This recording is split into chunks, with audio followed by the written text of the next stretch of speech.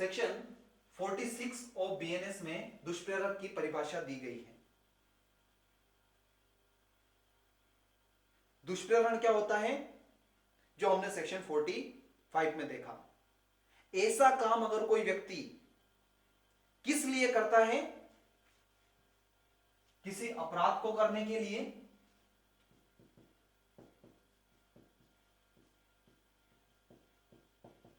या ऐसा कार्य करने के लिए जो अगर सक्षम व्यक्ति द्वारा किया जाता या विधि के समक्ष जो योग्य व्यक्ति है उसके द्वारा किया जाता तो वो अपराध होता।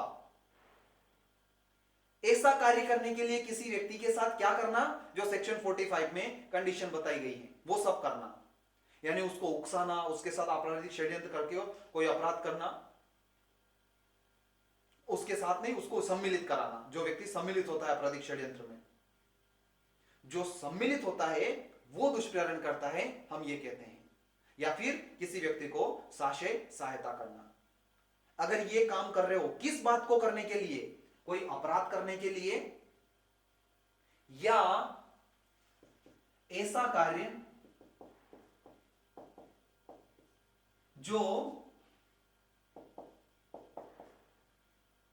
विधि द्वारा समर्थ व्यक्ति द्वारा किया जाए,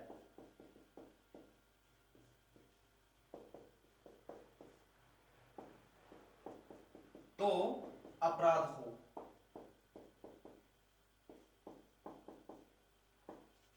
अब यहां पर जो जनरल एक्सेप्शन के ग्राउंड है, चित्त विकृति, बालकपन, पागलपन, अगर वो व्यक्ति कोई भी अपराध कर रहा है, वो व्यक्ति कोई भी कार्य कर रहा है, वो अपराध है क्या? जैसे मान लो एक 7 वर्ष से कम आयु का बच्चा है, उसने हत्या कर दी, ये अपराध है क्या? नहीं है, है ना? भले वो कुछ भी है, लेकिन वो लैंग्वेज क्या है, कोई भी बात अपराध नहीं है जो 7 वर्ष से कम आयु के बच्चे द्वारा की गई है। तो भले ही हत्या हुई है लेकिन यह अपराध नहीं है। लेकिन यहीं पर अगर मान लो 27 साल का व्यक्ति कर देता तो यह अपराध होता क्या? यानी कि अगर वो इंटेंशनली खुद ही करता तो वो अपराध होता। अगर मान लो तुम ऐसी बात को करने के लिए जो ऐसा व्यक्ति करता, मेजर व्यक्ति करता या समझदार व्यक्ति करता, वो अपराध होता। या कोई अपराध ही करने के लिए तुम किसी व्यक्ति के साथ क्या क्या करते हो, सेक्शन 45 में जो कंडीशन दी गई है वो करने की कोशिश करते हो, तब तुम दुष्प्रेरक हो, ये हम कहने की कोशिश कर रहे हैं। देखो दुष्प्रेरक की डेफिनेशन क्या है। वह व्यक्ति अपराध का दुष्प्रेरण करता है जो अपराध के किए जाने का दुष्प्रेरण करता है, या दो एसेंशियल एलिमेंट हैं, अपराध के किए जाने का दुष्प्रेरण करता है। ओवरलैपिंग है ना, इसमें कंफ्यूजन क्यों होता है? क्योंकि दोनों बातें एक दूसरे से ओवरलैपिंग है। अगर वो सिर्फ अपराध लिख देता तो हत्या करना तो अपराध है, लेकिन वो माइनर द्वारा की गई तो वो तो अपराध नहीं है। इसलिए वो एसेंशियल को कवर करने के लिए इसने ये सेकंड बात लिखी, नहीं तो सारी बात फर्स्ट वाले में ही कवर हो गई थी।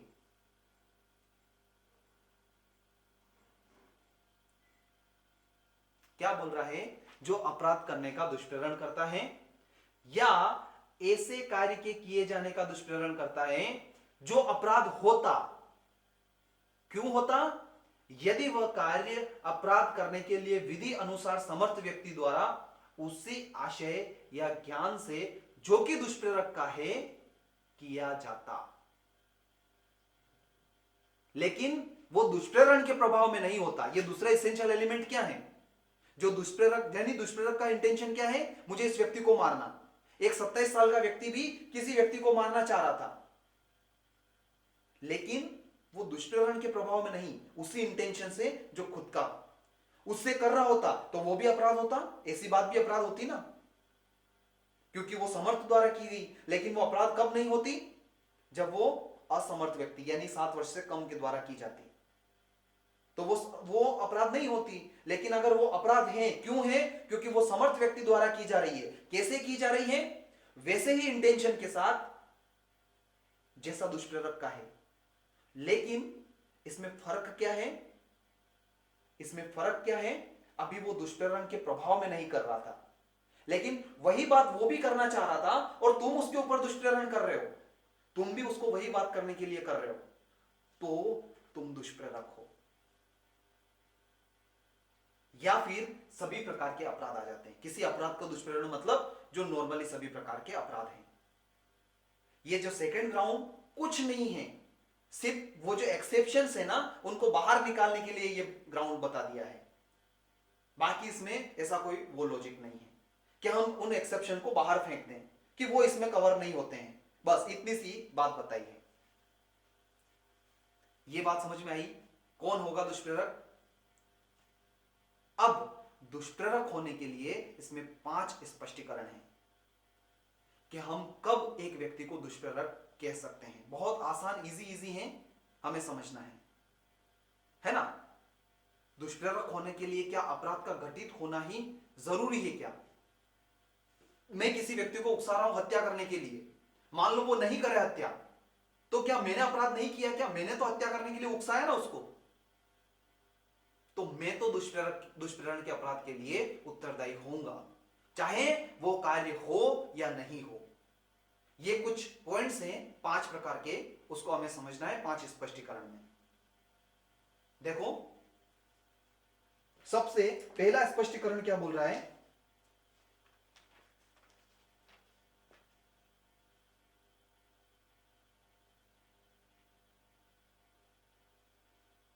पहला स्पष्टीकरण, किसी कार्य के अवैध लोप का दुष्प्रेरण अपराध की कोटि में आ सकेगा, चाहे दुष्प्रेरक उस कार्य को करने के लिए स्वयं आबद्ध नहीं हो। कैसे?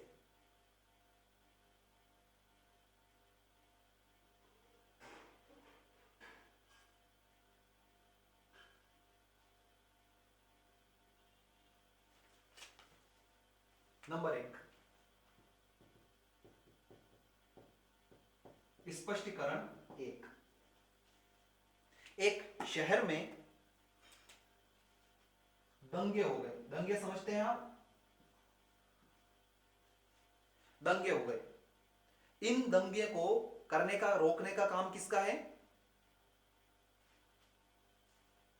किसका है?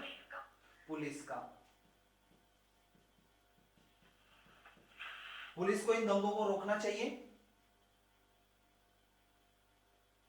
अब अगर मान लो आप लोग समझदार हो, पुलिस के ऊपर बहुत सारे लोगों का दबाव रहता है, जिसमें सबसे अधिकतर दबाव किसका रहता है?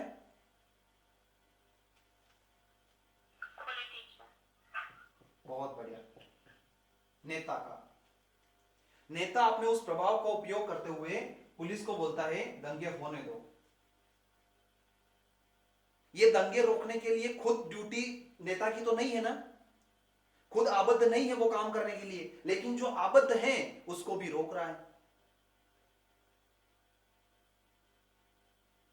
क्या ये व्यक्ति इस घटना को होने देने के लिए दुष्प्रेरक है? बिल्कुल है।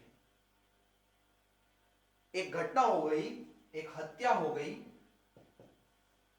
हत्या हो गई, तो अगला कदम क्या है कार्रवाई करने के लिए?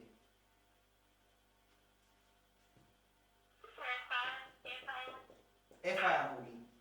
लेकिन यही नेता जाकर के टांग अड़ा देता है, एफआईआर नहीं होने दे रहा है। खुद तो एफआईआर रजिस्टर करने के लिए आबद्ध नहीं है, उसकी ड्यूटी नहीं है एफआईआर करने की, लेकिन दूसरा कर रहा है, उसको भी वो रोक रहा है। क्या इस नेता ने दुष्प्रेरण किया? बिल्कुल किया। यह है कहानी स्पष्टीकरण 1 की। देखो, किसी कार्य के अवैध लोप का दुष्प्रेरण, अवैध लोप यानी होने नहीं दे रहा है काम। अवैध लोप का मतलब क्या होता है? हमने देखा है मीनिंग में, यानी कि जिस काम को करने के लिए कोई आबद्ध है उसको रोकना। दोनों कंडीशन देखो, पुलिस वाला दोनों काम करने के लिए आबद्ध था, उसकी ड्यूटी थी, लेकिन उसको रोक रहा है। कौन रोक रहा है? जो वो काम करने के लिए आबद्ध नहीं है। कौन आबद्ध नहीं? ये नेता। ना तो एफआईआर रजिस्टर करने के लिए आबद्ध है, ना ही दंगे रोकने के लिए, लीगल कार्रवाई के लिए आबद्ध है, लेकिन ये उसको रोक रहा है। देखो, किसी कार्य के अवैध लोप या दुष्प्रेरण उस अपराध की कोटि में आ सकेगा, चाहे दुष्प्रेरक उस कार्य को करने के लिए स्वयं आबद्ध नहीं हो। यह है पहला स्पष्टीकरण। फिर दूसरा स्पष्टीकरण, दूसरा स्पष्टीकरण क्या बोल रहा है, चलो देखो, दुष्प्रेरण का अपराध घटित होने के लिए यह आवश्यक नहीं है कि दुष्प्रेरित कार्य किया जाए या अपराध घटित होने के लिए अपेक्षित प्रभाव कारित हो। तुमने उकसा दिया कि इसको मार दो, अगला वाला नहीं मार रहा है, तो अगले वाले ने तो कोई अपराध नहीं किया, लेकिन तुमने तो अपराध किया ना उकसाने का, तो तुम दुष्प्रेरण के अपराध के लिए दायी हो गए, यानी तुम दुष्प्रेरक हो, चाहे वो अपराध घटित हो या नहीं घटित हो, उससे कोई मतलब नहीं है। देखो इसका एक इलस्ट्रेशन देखते हैं और अच्छे से समझ में आएगा। ग की हत्या करने के लिए ख को क उकसाता है, ख को उकसाया जा रहा है कि ग को मार दो, कौन उकसा रहा है, क। ख वैसा करने से मना कर देता है, क ने क हत्या करने के लिए ख के दुष्प्रेरण का दोषी है, क्योंकि तुमने तो उसको उकसाना, उसने मना कर दिया है वो उसकी अच्छाई, लेकिन तुमने तो उसको उकसाया है ना। अब आ जाओ तीसरे इलस्ट्रेशन पर, और क्या आवश्यक नहीं है। अच्छा यहां पर एक और केस है, इस केस का नाम लिख लो आप,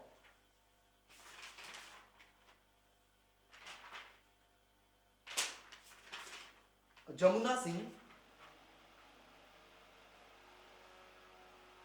जमुना सिंह सेकेंड वाले में, Jamuna Singh versus state of Bihar.